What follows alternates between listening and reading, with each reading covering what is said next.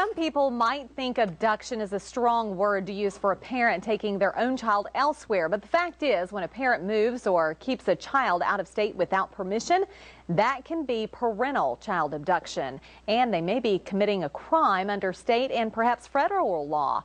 Live at 5's family attorney Sonia Kaufman joins us now with more. And Sonia, we've been talking while Greg was doing weather about abduction, and in the States it's one thing, but there have been a number of cases, including the big case in Japan where the father went over there to try to regain custody of the kids he already had custody of. Yes, it's a heartbreaking case because, as you know, he had full legal custody in Tennessee.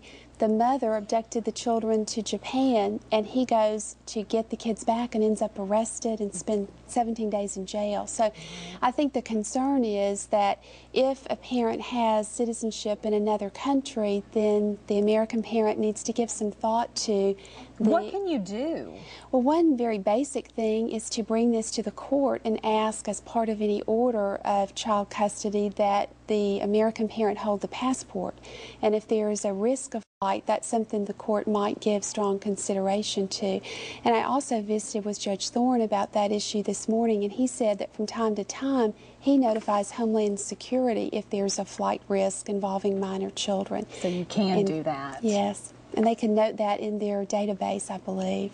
Well, a couple of other questions that we've had sent to us. What's the difference between legal and physical custody when we're talking about kids? Well, the case in Japan is a good illustration of that. The father has legal custody, which refers to legal rights to make decisions for the child. And physical custody is what the mother in Japan has. She actually has the child in her possession, but without the legal rights to do so. All right. If a former spouse is behind on child support payments, can I prevent his or her visitation? No. No. No.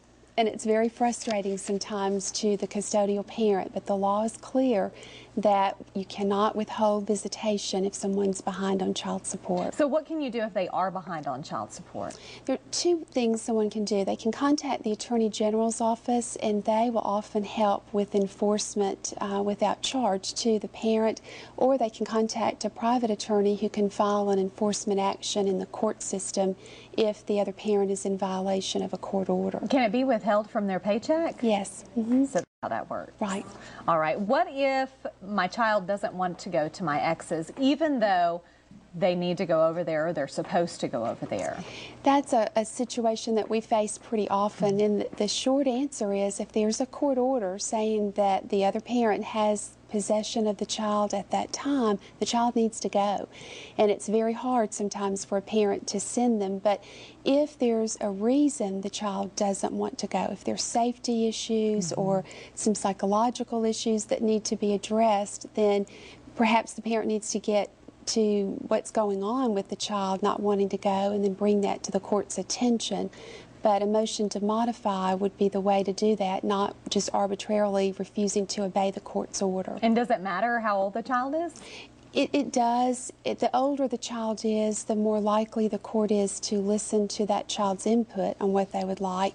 And it's often more common with teenagers because they have a social life and things that they want to do, and maybe visiting the parents not high on the agenda. So. All right, Sonia, we appreciate it. And if you've got a question that you'd like to have Sonia answer, all you have to do is email us at laf@kftm.com, fax those questions at 892-7305, or just email them to the address on your screen.